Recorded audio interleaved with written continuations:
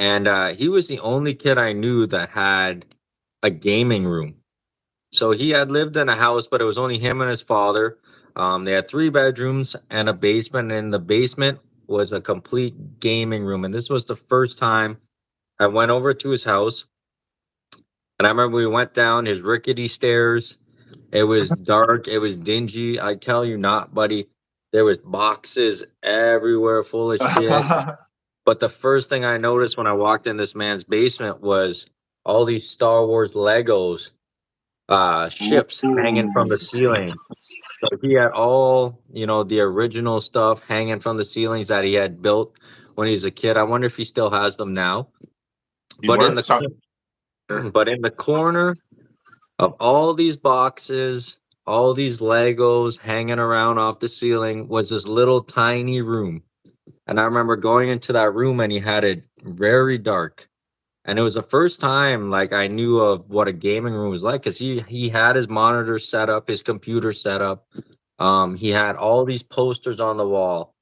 And I was like, what are these games? There was posters of Warhammer. There was all these, tabletop game posters, but he was playing this one game and I was like, man, this looks amazing. I want to play it. So fast forward to 2012 and it actually makes my list because of you. And you probably won't remember this, but you didn't play this. You didn't play it with me. What happened was me and my ex were waiting up on New Year's for you. So we were waiting New Year's 2012. We were waiting for you. And we texted you several times and just no answer. And we're like, what the fuck is going on with this guy? So you finally messaged us. Like me. Yeah, you finally messaged us at like, I think it was like 10:30 or something like that. We were supposed to meet up at like 8, but I guess you had a migraine. I think you said you had a migraine. That definitely sounds like me. And you were throwing up, but you were trying to make it, but you couldn't. So we were pretty much stuck. But I had bought the newer version of this game, the new release of it on Boxing Day, but I still hadn't played it.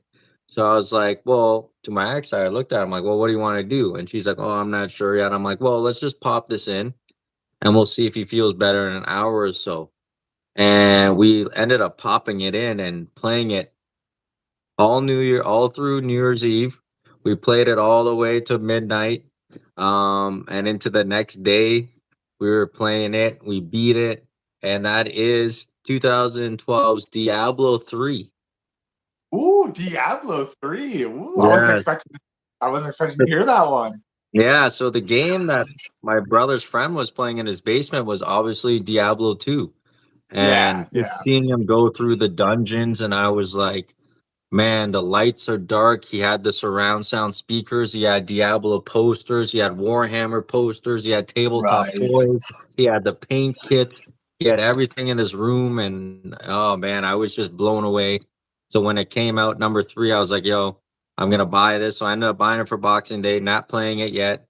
And then your ass got sick on New Year's. So we ended up staying up, the whole night. New Year's went into, New Year's Day, playing it. We beat it completely. We ended up getting legendary items. We just completely destroyed it. I even tried to get laid a couple times that night, but she was too much into the game. Yeah, she was too much into Diablo, so I didn't get laid. I didn't get any loving. I didn't get any loving on New Year's, but I did get to play Diablo 3 all the way through. So yeah, man, it's just a great funny memory how I came about Diablo and actually how I actually played the game. So that comes in my number 10, man, Diablo 3. Oh man, I don't even remember that. I mean, it obviously wasn't a very eventful New Year's for me if I was just in bed with a migraine, but you could have been lying. I was assuming when you said that, I was like, you know what, he probably